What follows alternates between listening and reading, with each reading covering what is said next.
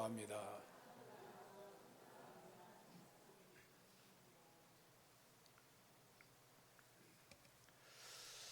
음악의 악보를 보면은 음표만 있는 것이 아니라 심표도 반드시 있게 마련입니다. 우리의 삶도 마찬가지입니다. 우리의 삶에 있어서 적당히 쉬는 것이 필요한 일입니다. 어찌 보면 오늘의 삶은 마치 브레이크가 고장난 자동차가 달리는 것 같습니다. 무한 경쟁 사회에 질주하는 삶을 살다 보니까 삶에 있어서 무엇이 진짜 소중한 것인지 생각할 겨를도 없어 보입니다. 행여 소중한 것을 안다고 할지라도 그냥 스쳐 지나갈 때가 얼마나 많은지 모릅니다. 인생은 한마디로 말하면 수고하는 자들이라는 것입니다. 남자도 여자도 어른도 아이도 입버릇처럼 사용하는 말이 있는데 그 말은 피곤하다라는 말입니다. 한 어른이 어느 날 아파트 엘리베이터 안에서 유치원 가방을 든 두 여자아이를 만났습니다. 한 아이가 자기 친구에게 피곤해 라고 말하는 것을 듣고 조금 어이가 없어서 그 어른이 물었습니다.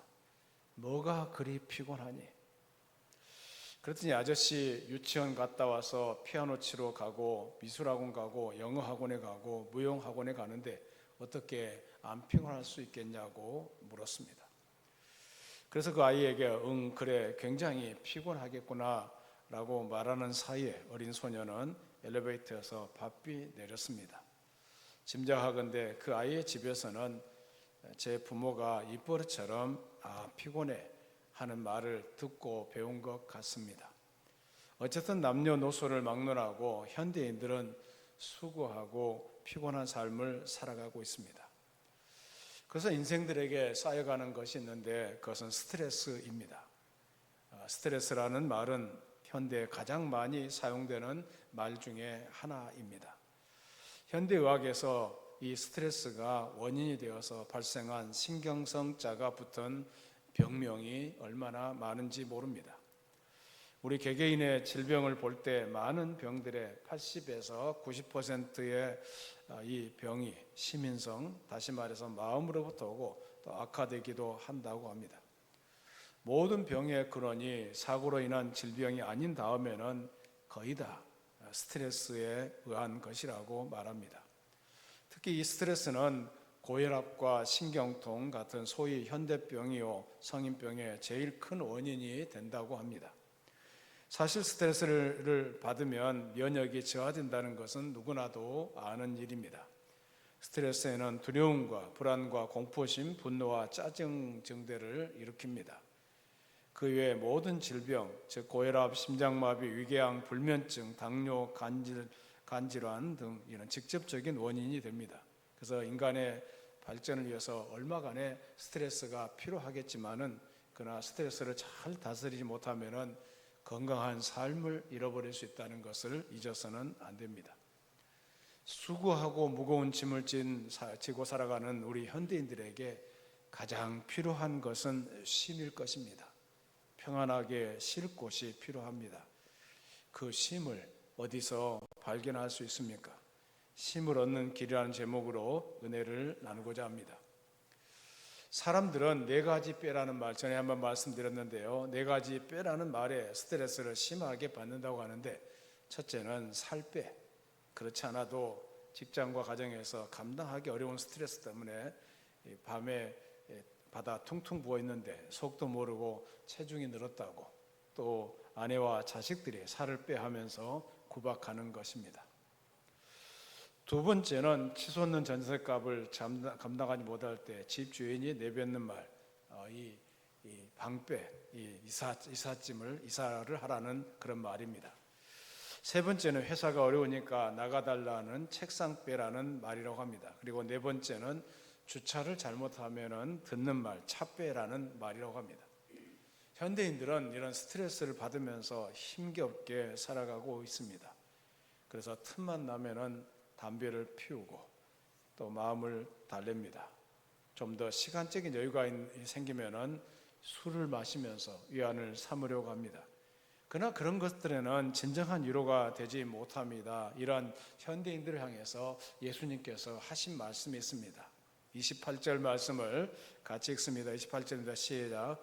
수고하고 무거운 짐진 자들아 다 내게로 오라. 내가 너희를 쉬게 하리라. 피곤에 지쳐있는 우리를 향해서 예수님께서 다 내게로 오라고 말씀하십니다. 내가 너희를 쉬게 해주겠다고 말씀하십니다. 이 말씀은 두 팔을 벌리고 어린 아이를 향해 어서 오라고 부르시는 아버지의 모습이 떠오릅니다. 아버지의 품 곳에 안정이 있고 보호가 있고 사랑이 있고 숨결이 있습니다. 그 품 속엔 돈도 있고 기쁨도 있고 장래도 있고 그리고 평안과 쉼이 있습니다. 누가 피곤한 모든 사람들을 한꺼번에 포용할 수 있으며 그들을 향해서 다 내게로 오라고 말할 수 있겠습니까? 누가 노동자에게 안식을 줄 수 있고 이단 용파에 빠진 사람, 쾌락에 지친 사람, 병들고 약한 사람, 걱정과 근심 속에 있는 사람, 죄의 멍에 멍든 사람에게 내가 쉬게 해주겠다, 내게로 오라고 말할 수 있는 사람이 있겠습니까? 그런데 예수님은 그런 모든 사람을 향해서 다 내게로 오라 초대의 말씀을 하고 있습니다. 그들에게 쉼과 안식을 주겠다고 약속하고 있습니다. 예수님께서 안식을 주시겠다는 것은 현재 있는 일에서 벗어나게 하겠다는 말은 아닙니다. 영적 휴식을 주겠다는 뜻입니다. 아무리 바쁘게 움직이고 잘 지난다 할지라도 하나님께서 주시는 영적 안식이 없으면 그 일 자체가 피곤할 수밖에 없지 않겠어요? 그래서 우리가 정신적으로 휴식이 없게 만드는 이러한 짐들을 우리의 삶을 조각나게 하고 동강나게 하고 잡다한 수고에 얽매여 있게 하는데 그런 우리들을 향해서 다 내게로 오라고 말씀하고 있습니다. 그래서 쉼을 원하는 사람들은 예수님께 나가서 그러한 정신적인 짐들을 다 내려놓아야 합니다. 그리고 온유한 마음, 겸손한 마음으로 들어가야 합니다. 그러한 마음을 가지고 조용히 겸손하게 예수님께서 나를 위해서 계획하시고 준비해 놓으신 그런 멍에가 어떤 것인지를 물어보아야 하겠습니다. 진정으로 쉼과 영적인 안정을 체험하고 싶다면 먼저 예수님께로 나가야 할 줄로 믿습니다. 예수님은 다 내게로 오라고 말씀하십니다. 예수님은 다 준비해 놓고 계십니다. 우리 모두가 예수님께로 더 빨리 가까이 나가야 할 줄로 믿습니다. 어거스틴은 말했습니다. 당신께로 돌아오기까지는 참된 평안이 없었나이다. 젊은 시절에 많은 고난과 많은 쾌락을 추구했던 어거스틴이었지만은 예수님께 돌아오기 전까지는 참된 평안이 없었다고 고백했습니다. 예수님께로 돌아오기까지는 마음에 참된 평안을 찾을 수가 없었다는 것입니다. 톨스토이라는 사람을 아실 것입니다. 이분은 55세가 되었을 때 신학론이라는 책에서 이렇게 고백했습니다. 55년을 살아오는 동안에 15년의 청소년기를 제외하고는 안식을 경험하지 못했습니다.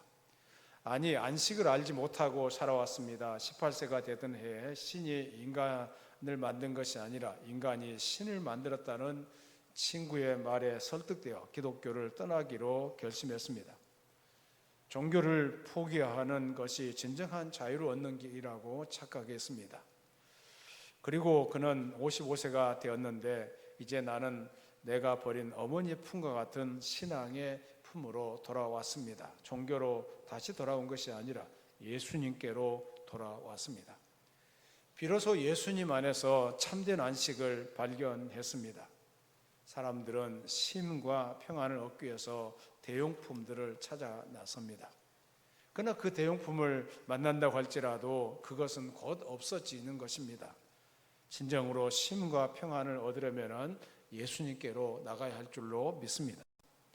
프린스턴 신학교의 초대학장을 지냈던 알렉산더 교수가 40년의 사역을 마치고 1851년 10월 20일 세상을 떠나는데 임종시에 그는 다음과 같은 말을 남겼다고 합니다.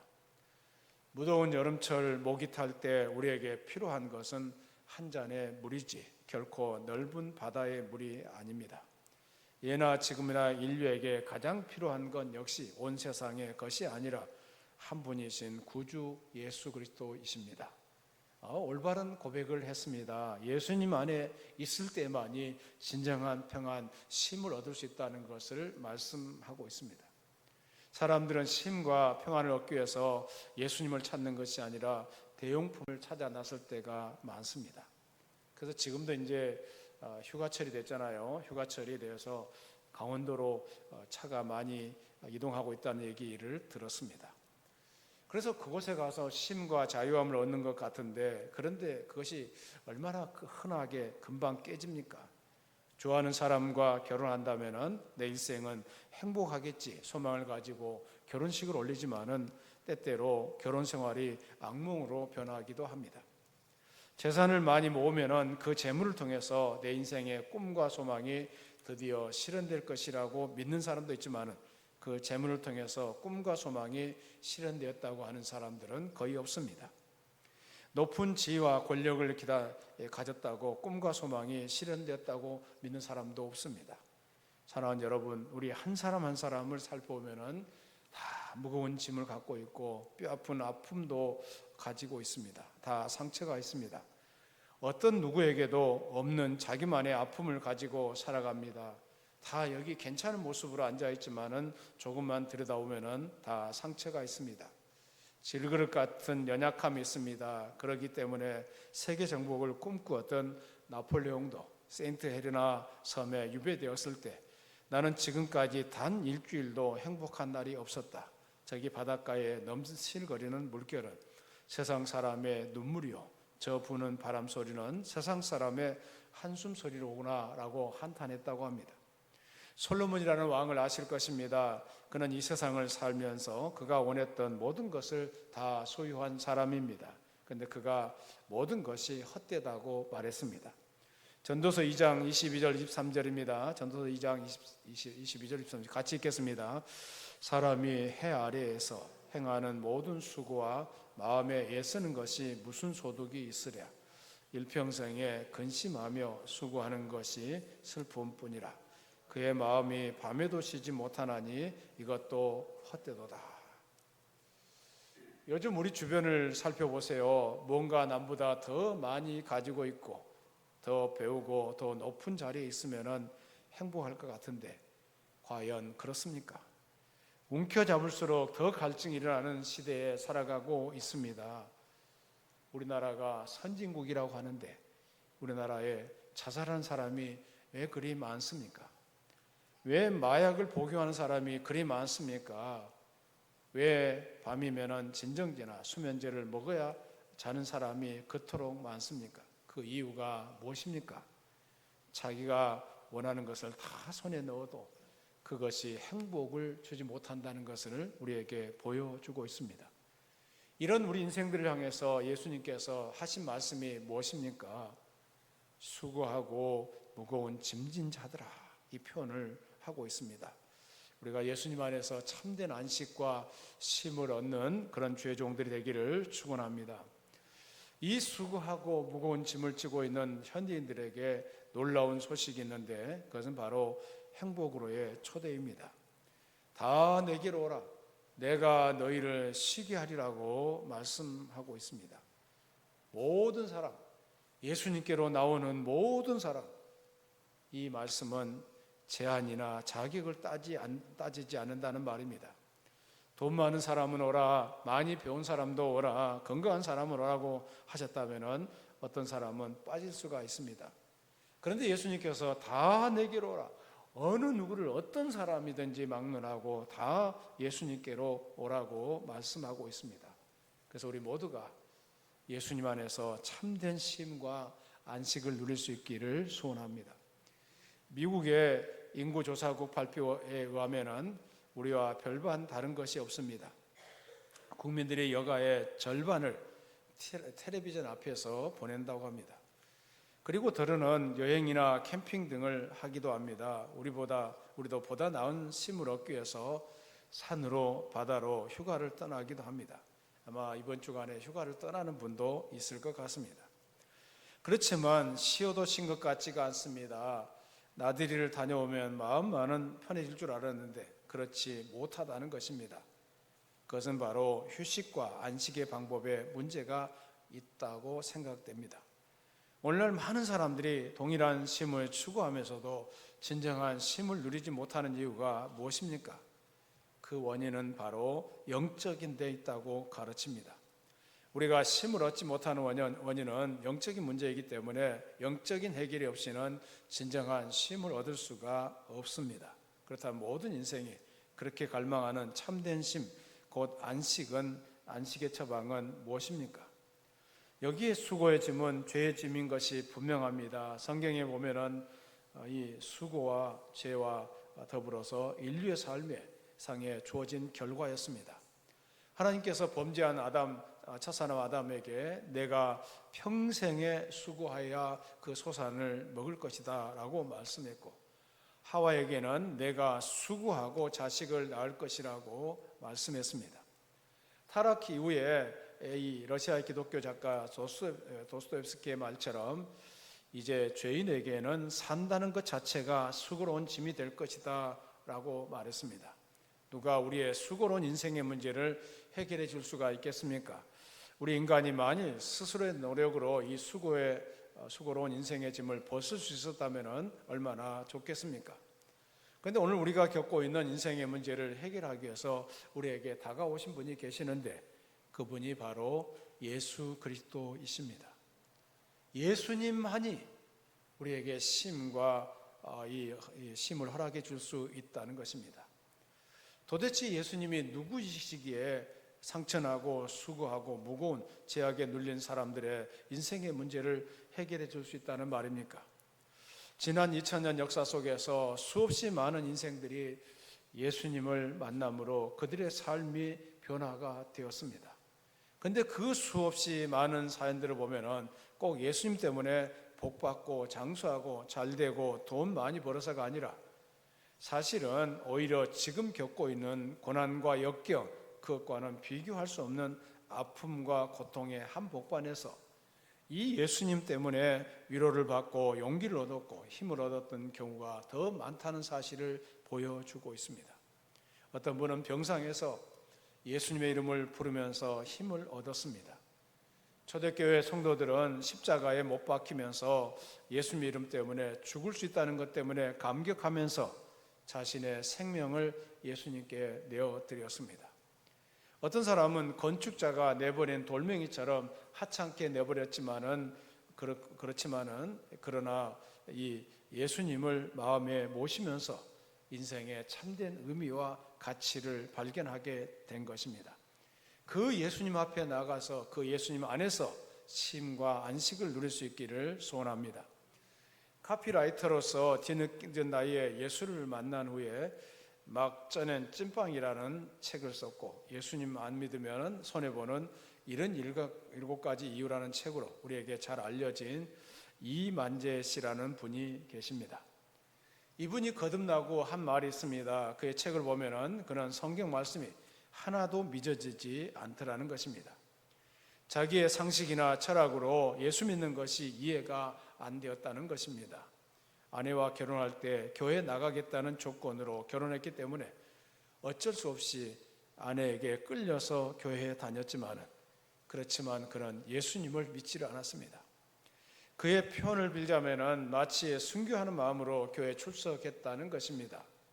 목사님의 설교를 들으면서 참 뻥도 심하다 라고 생각했다는 것입니다. 오병이어의 기적, 또 무리를 걷는 기적에 대해 들으면서도 목사 양반이 멀쩡한 것 같은데 참 거짓말도 잘하네 라고 생각했다고 합니다. 그런데 어느 날 그를 향해서 하늘 문이 열리기 시작했습니다. 목사님의 설교가 하나님의 음성처럼 들려오기 시작했습니다. 예수님이 바로 하나님이시다라는 말씀이 가슴을 흔들어 놓았습니다. 그렇구나, 정말 예수님이 하나님이시라면은 보리떡 5개와 물고기 2마리로 5,000명을 먹이는 것이야 쉬운 일이 아니겠냐. 정말 예수님이 하나님이시라면. 그 순간 성령님이 그의 마음을 만지기 시작했습니다.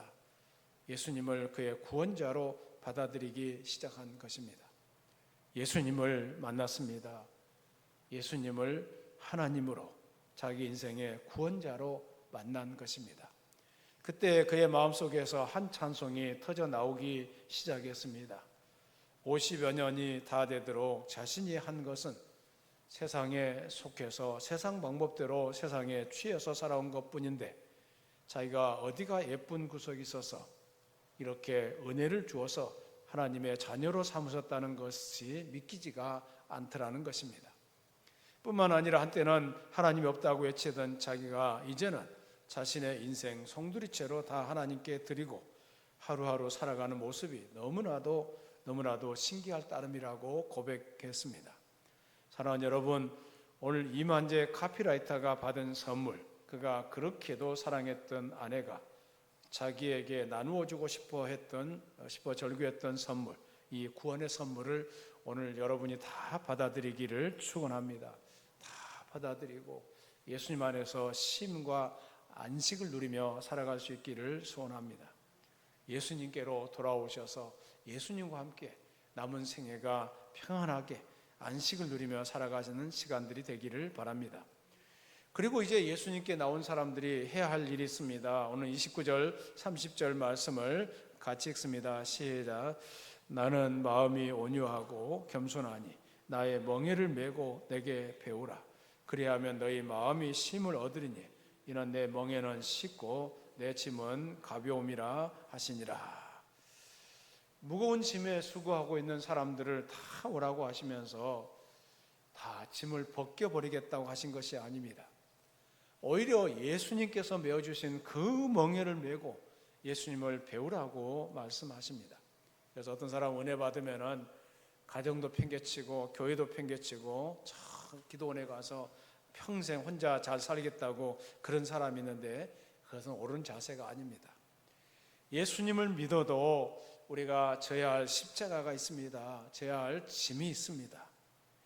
어떤 사람은 짐을 터지기 싫다고 도망가는 분도 있고 교회를 멀리하는 분도 있습니다. 신앙생활 하다 보면은 예수님께서 맡겨주시는 짐도 있습니다. 그런데 그런 모든 짐을 지고 예수님께서 메어주신 짐을 지고 예수님을 배우면서 살아갈 때 우리의 마음속에 쉼과 안식이 주어지는 것입니다. 예수님께서 메어주신 멍에는 뭡니까? 예수님께서 멍에 메는 법을 가르쳐 주신다고 말씀하고 있습니다. 2000년 전 이스라엘에서 많이 볼 수 있는 멍에는 소 2마리의 목에 가로 얹어 하나로 엮어 쟁기를 끄는 형태였습니다. 예수님 눈에는 농부이신 예수님이 이끄는 멍에가 될 수도 있지만은 예수님이 한쪽을 메고 내가 다른 한쪽을 메는 멍에일 수가 있습니다. 예수님은 자기 제자를 부를 때 가르침을 듣는 학생이라기보다는 관찰하고 배우는 수습생의 뜻을 갖고 있는 아람어 단어 제자라는 단어를 선택하셨습니다. 어쨌든 예수님과 예수님의 명예를 맨 나는 한 팀이 됩니다. 나는 팀의 선배인 예수님 바로 곁에서 곁에서 보고 배웁니다.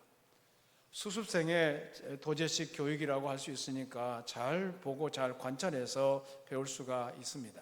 예수님께서 초대하시면서 이렇게 말씀하십니다. 얘야 내 멍에 짝이 되어주렴. 내 옆에서 나와 함께 일해주렴. 그러면 어떻게 인생의 멍에를 메고 짐을 끄는지 내가 가르쳐주마.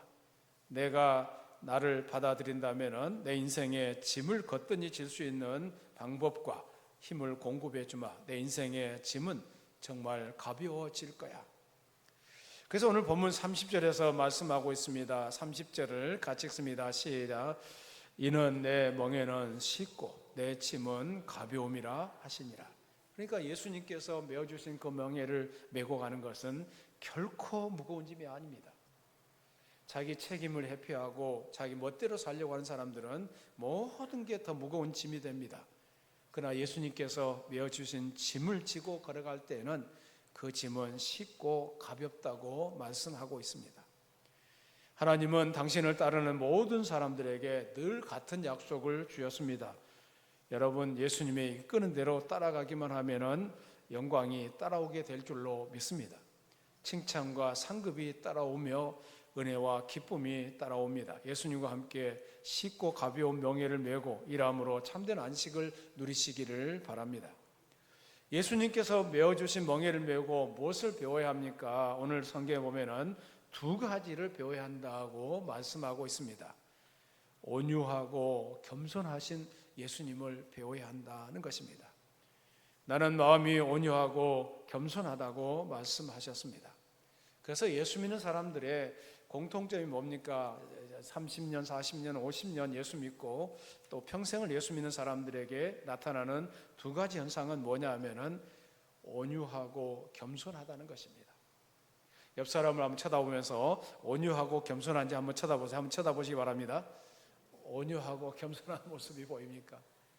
예수 믿는 사람들에게 공통점이 뭐냐 하면은 온유하고 겸손해지는 것입니다. 예수님은 정말 온유한 모습을 가지고 사셨습니다. 온유가 무엇입니까? 부드러운 성품입니다. 예수님은 온유하신 분입니다. 죄 없이 십자가 위에서 피 흘려 우리를 위해 돌아가셨지만은 분을 품거나 화내지 않으시고 욕 한마디 하지 않으셨습니다. 예수님은 온유함의 모본입니다. 예수님이 그렇게 사람들에게 십자가에 못 박도록 자신을 내어 맡겼다는 말씀입니다. 오늘 우리 사회를 보면은 온유함이 너무 없습니다. 힘으로 밀어붙이는 모습밖에 볼 수 없습니다. 살벌해졌습니다. 강팍해졌습니다. 포악해졌습니다. 온유하면 손해본다고 여기고 사납게 발톱을 드러내고 목소리를 높입니다. 그러나 힘을 과시하면 결국 망합니다. 부드러워야 살게 될 줄로 믿습니다. 우리 모두가 예수님의 온유함을 배워야 할 줄로 믿습니다. 예수님처럼 온유한 성품이 되기를 바랍니다. 그래야 참된 안식이 찾아온다는 것을 말씀하고 있습니다. 두 번째, 우리는 예수님의 겸손함을 배워야 합니다. 겸손이 무엇입니까? 힘이 없어서 가만히 있는 것이 겸손이 아닙니다. 힘이 있는데 그 힘을 마구 휘두르지 않는 것입니다. 힘이 있다고 마구 뽐내서도 안 됩니다. 과시하고 자랑해서도 안 됩니다. 힘없는 사람을 배려하고 그의 입장을 존중해 주는 것이 겸손입니다. 우리는 예수님께 겸손을 배워야 합니다. 예수님은 하늘의 보좌의 주인이었습니다. 이 세상뿐만 아니라 지하세계와 천상의 천국을 다스리는 막강한 힘이 있었습니다. 그러나 스스로 낮아지셨습니다. 사람의 형체를 입고 죄인의 친구가 되고 종의 자리까지 낮아지셨습니다. 얼마나 답답하셨겠습니까? 힘이 있는데도 휘두르지 않고 참으시고 아시는 것이 많은데도 아무것도 모르며 무지한 사람들을 상대하시려니까 얼마나 힘들고 답답하셨겠습니까? 예수님은 겸손하셨기 때문에 가능하셨습니다. 힘이 있어도 힘이 없는 사람과 어깨를 나란히 하고 돈이 많아도 없는 사람처럼 존중할 줄 알고 지식이 많아도 없는 사람 앞에서 우쭐거리지 않는 것, 이것이 바로 겸손입니다. 지위가 높아도 낮은 사람과 친구할 수 있고 여기저기 오라는 데가 많아도 잘난 척하지 않은 것이 겸손입니다. 겸손을 모르면 속이 상합니다. 겸손을 모르면 안 됩니다. 겸손한 마음을 품지 않으면 나를 무시한다고 화가 나고 스트레스가 그치지 않을 것입니다. 여러분, 겸손을 배우시기를 바랍니다. 사랑하는 성도 여러분, 지금도 예수님은 수고하고 무거운 짐을 진 인생을 향해서 말씀하십니다. 28절부터 30절 말씀을 같이 읽습니다. 시작. 수고하고 무거운 짐진 자들아, 다 내게로 오라. 내가 너희를 쉬게 하리라. 나는 마음이 온유하고 겸손하니 나의 멍에를 메고 내게 배우라. 그래야하면 너희 마음이 쉼을 얻으리니 이는 내 멍에는 쉽고 내 짐은 가벼움이라 하시니라. 우리가 수고하고 무거운 짐을 벗어버리고 마음의 평안을 누리면서 살려면 제일 먼저 예수님의 초청에 응답해야 합니다. 예수님 앞에 나아가서 회개하고 예수 그리스도를 나의 주님으로 믿어야 합니다. 예수님께서 우리의 모든 죄책을 다 청산해 주셔서 홀가분하고 기쁜 마음으로 살아가게 될 줄로 믿습니다. 그리고 예수님과 함께 멍에를 메야 합니다. 예수님께서 말씀하시기를 내 멍에는 쉽고 내 짐은 가볍다라고 말씀하십니다. 세상에 힘 있는 자들은 악한 자들을 지배하며 무거운 짐을 지우고 자기들은 손가락 하나 움직이려고 하지 않습니다. 그러므로 예수 그리스도께서 목숨을 희생하시면서까지 양들을 사랑하신 선한 목자이시기 때문에 우리가 갖고 있는 인생의 무거운 짐을 예수님께 맡겨드려야 할 줄로 믿습니다. 그리고 마지막으로 우리는 온유하고 겸손하신 예수님을 보고 배워야 합니다. 온유는 천국 시민의 덕목입니다. 온유한 사람의 마음은 천국이 임합니다. 그리고 겸손한 사람이라야 하나님의 사랑을 받고 마음의 진정한 평강을 누리게 될 줄로 믿습니다. 오늘 예배에 참석한 우리 성도들 무거운 짐을 다 주님께 맡겨드리고 예수님의 멍에를 메고 온유하고 겸손한 예수님을 배우면서 이 진리의 길을 잘 달려갈 수 있기를 주의 이름으로 축원합니다. 살아계신 하나님 감사합니다. 우리를 붙들어 주셨고 오늘 여기까지 이르게 하셨사오니 참 감사합니다. 우리 주님을 배우게 하여 주시옵소서. 주님과 함께 남은 인생을 살아갈 수 있게 하여 주시옵소서. 그동안 주님 없이 살아온 모든 삶을 용서하여 주시오며 주의 뜻대로 살아갈 수 있도록 하루하루 이끌어 주시옵소서. 지금은 정말 무더운 여름철입니다. 짜증나기 쉽고 힘든 시간이지만은 그 가운데 예수님을 배우고 예수님의 뒤를 따라가게 하여 주셔서 온유하고 겸손한 모습으로 주님과 함께 삶의 평안과 기쁨을 누리게 해 주시옵소서. 예수님 이름으로 기도드리옵나이다. 아멘.